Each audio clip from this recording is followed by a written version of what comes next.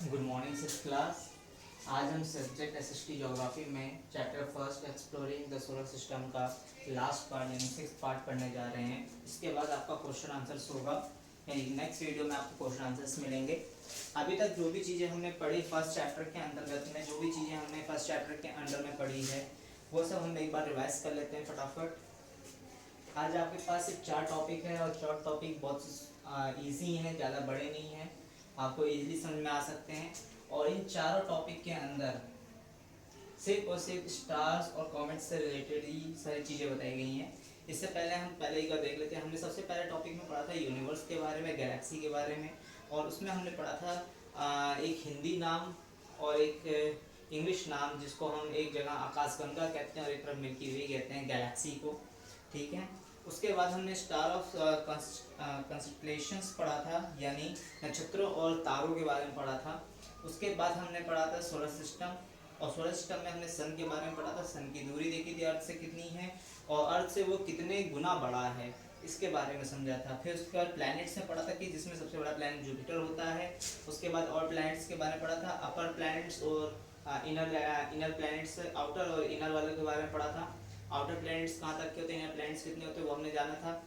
उसके बाद हमने देखा था ड्वार्फ प्लैनेट्स, यानी कि जो बौने प्लैनेट है, जिनको हम प्लैनेट के रूप में देखते ही नहीं है, लेकिन वो सोलर सिस्टम के हिस्से नहीं माने जाते, लेकिन वो प्लैनेट होते हैं, जिनपे हमने देखा था प्लूटो, कैरिस, एरिस और मैकमैक्स जो था। और ये सब प्लैनेट्स जो थे वो हमारे ड्वार्फ प्लैनेट्स थे। Over planet of our Earth के बारे में पढ़ा था, हमारी अर्थ किस किस चीज़ों से बनी हुई है, हमारे अर्थ के पास आसपास एटमॉस्फेरिक लेयर कैसी कैसी क्या चीज़ें हैं, उन सब चीज़ों के बारे में हमने पढ़ा था। फिर उसके बाद हमने पढ़ा था स्पेस अर्थ के बारे में, शेप ऑफ अर्थ के बारे में, फिर उसका सैटेलाइट पढ़ा था हमने। और आज हम पढ़ने जा रहे हैं एस्टेरॉइड्स। पहले आता है एस्टेरॉइड्स के बारे में जानते हैं। सबसे पहले एस्टेरॉइड्स क्या होता है। Asteroids are those things are the comparing from the weight, जो वेट के अकॉर्डिंग, वेट के अकॉर्डिंग, वेट गैप के अकॉर्डिंग जो मेजरमेंट की जाती है। जैसे कि आपके बुक में बताया गया है, between the Mars and Jupiter this is a wet gap is more of than 550 million kilometer. This gap is filled in a teeny heavy bodies known as the asteroids, planetoids. यानी कि आपके book में बताया जा रहा है Mars और Jupiter के बीच में एक वेट गैप है जो कि मोर देन है 550 मिलियन किलोमीटर का, और ये गैप आपका फिल्ड होता है टीनी हैवी बॉडीज के साथ, और इसी को हम कहते हैं एस्टेरॉइड्स। एस्टेरॉइड्स का मतलब यही है कि यानी जो वेट गैप है, वेट गैप यानी कि जो चौड़ाई का गैप है, उस गैप को हम कहते हैं वेट गैप। और उसी के आधार पे जो उसकी चौड़ाई को नाप के अनुसार जो उसकी मेजरमेंट होती है, जो मेजरमेंट के अकॉर्डिंग जो कितने किलोमीटर की उसकी चौड़ाई, उसके आधार पर ही हम उसको एस्टेरॉइड्स कहा करते हैं। The largest of these tiny planets is the Crisis, such as have a diameter of 768 kilometre. सबसे बड़ा लॉन्गेस्ट टिनी प्लैनेट जो कैरिस करता है, जिसका डायमीटर है 768 किलोमीटर का। Many scientist astronomers believe the asteroids are fragment of a planets which explode a long time ago. यानी कि ये कहते हैं कि ये काफ़ी समय से ये इस तरीके से ही विकसित होते जा रहे हैं और इसी तरीके से वो एक्सप्लोरेशन करते जा रहे हैं। अब आता है मेटोर्स, यानी कि अब आपके सेकंड पॉइंट है, these are the shooting star but are not a star, this is a real scenes at all. जो हम देखते हैं आसमान से तारा टूटता हुआ, एक्चुअली वो असल में तारा टूटता हुआ नहीं होता है। This is small piece of solid mass move about in space and go around the sun. इसमें बताया है वो एक छोटा सा पीस होता है सॉलिड का, जो कि एक मास, इसकी मास मूव करती हुई स्पेस से, वो अर्थ स्पेस से मूव करती हुई और सूरज के पास से होकर के गुजरने के कारण वह चमकता हुआ नजर आता है। When they are come near for the earth atmosphere, this result is the frictions, they being the grow and called meteors। यानी कि ये कह रहे हैं कि अर्थ के एटमॉस्फेयर में आने के बाद उसका फ्रिक्शंस काफी ज्यादा बढ़ जाता है और वो ग्लो करने लगता है, चमकने लगता है, शाइन करने लगता है। इसी कारणवश उसको हम मेटोर्स कहते हैं, यानी कि METEORS मेटोर्स कहा जाता है। It is a belief that they are the tails of comets. When such as shooting stars are still in the solar system about the world enter the earth atmosphere, they are called meteorites.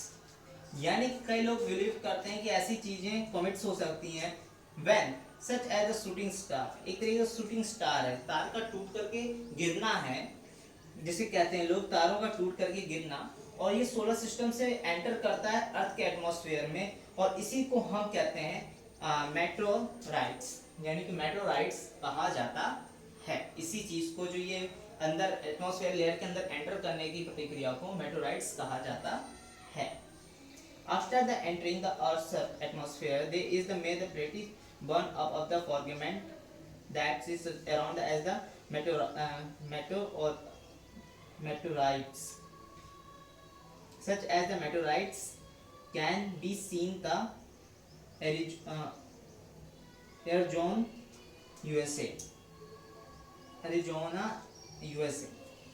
यानी यहाँ बताया जा रहा है कि जो ये star का पार्टिकल जैसे जो आपको बर्निंग करता है, जो एटमॉस्फेयर के अंदर आता है, तो जिसको हम पहले मेटेओराइट्स कहा जाता कहते हैं, यानी कि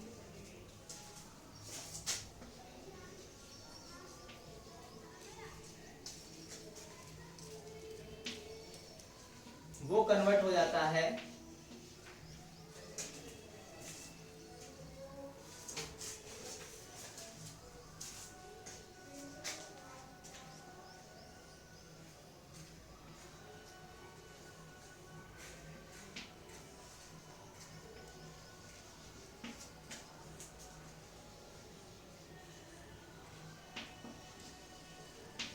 मेटेओराइट्स, यानी कि जब वो एंटर कर जाता है, जब तक वो एंटर नहीं किया था मेटेओराइट्स होता है, और जब वो एंटर कर जाता है मेटेओराइट्स के रूप में, और वो आगे जा करके जब बर्निंग होने लगता है, क्योंकि वो बर्न क्यों करता है, जब वो हमारे एटमॉस्फेयर लेयर में एंटर करेगा तो वो बर्न करने लगता है, तो वही हमारे मेटेओराइट्स कहलाता है।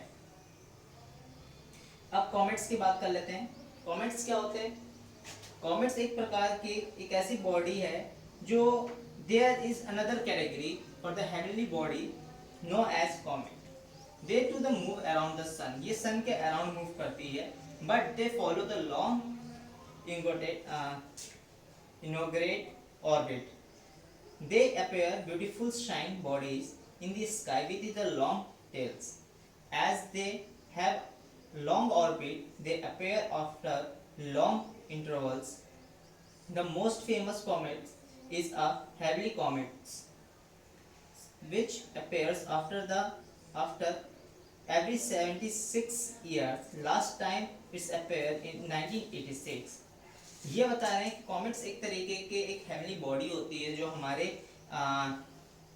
सन के मूविंग इन अराउंड द सन, जो सन के अराउंडेबल्स रहती हैं, इसमें ये लॉन्ग एलोंगेटेड होती हैं, यानी अपने ऑर्बिट पे एलोंगेटेड टाइम तक वो मोमेंटम करती रहती है, घूमती है, और ये अपेयर करते हैं एक ब्यूटीफुल साइन के साथ, एक बॉडीज के साथ एक ब्यूटीफुल साइंस बॉडी रहती है इनकी, और ये स्काई में लॉन्ग टाइम तक टिल्स कर सकती हैं, काफी समय तक रह सकती हैं। As the have a long orbit is appear after the long interval. अभी तक में जितनी भी ऑर्बिटल्स में अपेयर होते हुए लॉन्ग इंटरवल टाइम तक रही हैं, उसमें सबसे ज्यादा फेमस कॉमेट है आपका हैली कॉमेट। ये सबसे ज्यादा लॉन्ग टाइम तक रही है, और इसका एवरी 76 इयर्स में अपीयरेंस होता है, और लास्ट टाइम ये दिखाई दी गई थी 1986 में।